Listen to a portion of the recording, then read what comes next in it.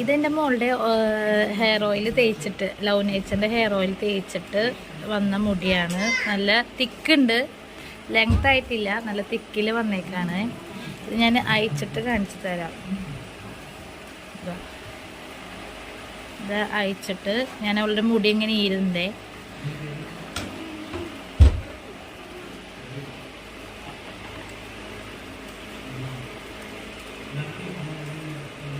ഞങ്ങളിപ്പോൾ കുളിക്കാൻ പോകാൻ വേണ്ടിയിട്ട് എണ്ണ തേച്ചിരിക്കുകയായിരുന്നു.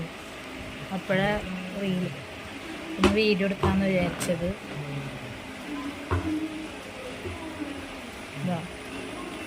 ഇതൊറ്റ മുടി വരണില്ല. പണ്ട് കൊഴിഞ്ഞിരുന്നു മുടി, ചീർപ്പിലൊക്കെ മുടി വരായിരുന്നു. ഒട്ടും മുടി വരണില്ല. തിക്ക് വന്നിട്ടുണ്ട് കേട്ടോ, തിക്ക്.